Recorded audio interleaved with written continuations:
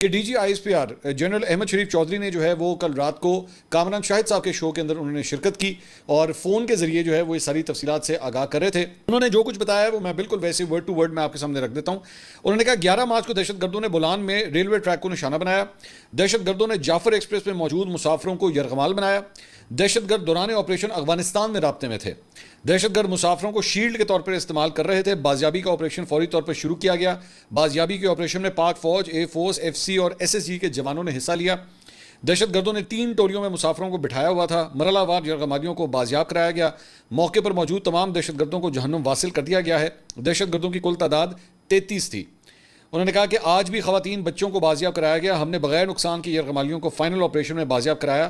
Final clearance operation میں کسی مسافر کو کوئی نقصان نہیں پہنچا. بڑی احتیاط اور پروفیشنل طریقے سے آپریشن کیا گیا. اس کے علاوہ ایک سیٹلائٹ ویڈیو بھی جو ہے وہ جاری کی گئی ہے اس آپریشن کے حوالے سے، اور اس کے حوالے سے جو تفصیلات سامنے آ رہی ہیں وہ یہ ہے کہ دہشت گردوں میں جو ہے وہ خود کچھ بمبار بھی شامل تھے اور جنہوں نے معصوم بچوں اور خواتین کو بطور انسانی ڈھال جو ہے وہ استعمال کیا ہوا تھا. کلیئرنس آپریشن کی ویڈیو میں دیکھا جا سکتا ہے کہ دہشت گردوں نے یرغمال مسافروں کو مختلف ٹولیوں میں تقسیم کیا ہوا تھا اور کلیئرنس آپریشن کے بعد بازیاب یرغمال مسافروں کو پاک فوج کے جوان جو ہے بحفاظت محفوظ مقامات پر منتقل کر رہے ہیں. انہوں نے کہا کہ فائنل آپریشن سے پہلے حیوانی دہشت گرد 21 معصوم جانیں لے چکے تھے، جبکہ 4 ایف سی کے جوان جو ہے وہ بھی شہید ہوئے ہیں. یہ علاقہ دشوار گزار ہے اور آبادی سے دور ہے. بیرونی آقاؤں کی اماں اور سہولت کاری کے ذریعے معصوم لوگوں کو نشانہ بنایا گیا.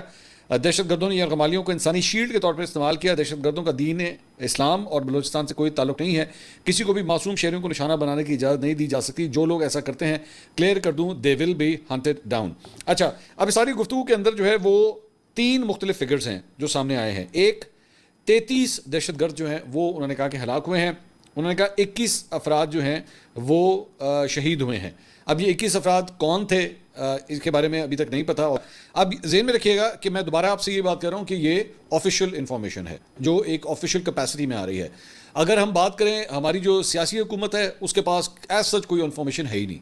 مطلب یا تو وہ کہہ رہے تھے جی ہمیں پتہ نہیں ہے، یا انہوں نے کہا جی ہم اسپیکولیٹ نہیں کرنا چاہتے. میرا خیال میں this whole operation was being led by army, اور اسی لیے آئی ایس پی آر کی جانب سے جو ہے وہ یہ گفتگو ہوئی ہے. D G I S P R نے آ کے جو ہے یہ نمبرز دیے ہیں.